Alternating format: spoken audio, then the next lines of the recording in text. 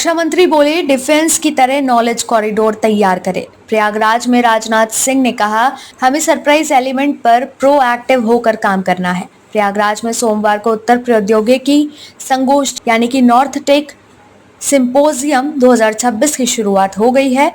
इसका उद्घाटन रक्षा मंत्री राजनाथ सिंह ने दीप प्रज्वलित करके किया। उन्होंने कहा, डिफेंस कॉरिडोर की तरह नॉलेज कॉरिडोर तैयार करें।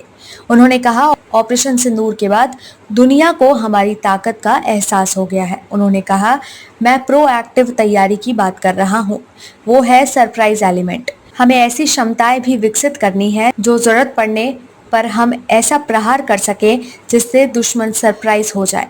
मुझे पता है कि हमारी सेना इस ओर काम कर रही है। अब हमें प्रोएक्टिव होकर काम करना है। रक्षा मंत्री राजनाथ सिंह ने कहा, ऑपरेशन सिंदूर का उदाहरण हमारे सामने है। इस ऑपरेशन के 1 साल पूरे हो चुके हैं। जब भी ऑपरेशन सिंदूर की बात आती है तो मुझे अपनी सेनाओं के शौर्य स्वाभाविक रूप से याद आता है।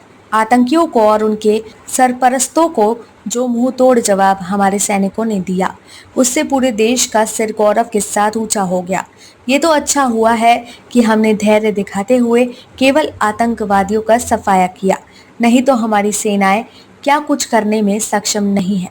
इसका अंदाजा पूरी दुनिया को अब हो चुका है। रक्षा मंत्री ने कहा, साथियों, ऑपरेशन सिंदूर अपने आप में टेक्नोलॉजिकल वॉरफेयर का एक नमूना है। इस ऑपरेशन में आकाश और ब्रह्मोस जैसी मिसाइल के लेटेस्ट सिस्टम को शामिल किया गया। मैंने हमेशा आर्म फोर्सेस और डिफेंस को बराबर एक बात कही है, हमने सिर्फ एक्टिव नहीं बल्कि प्रोएक्टिव भी रहना है। हर प्रकार की स्थिति के लिए तैयार रहना है, क्योंकि आज के समय में कब क्या हो जाए कुछ भी संभावित नहीं है।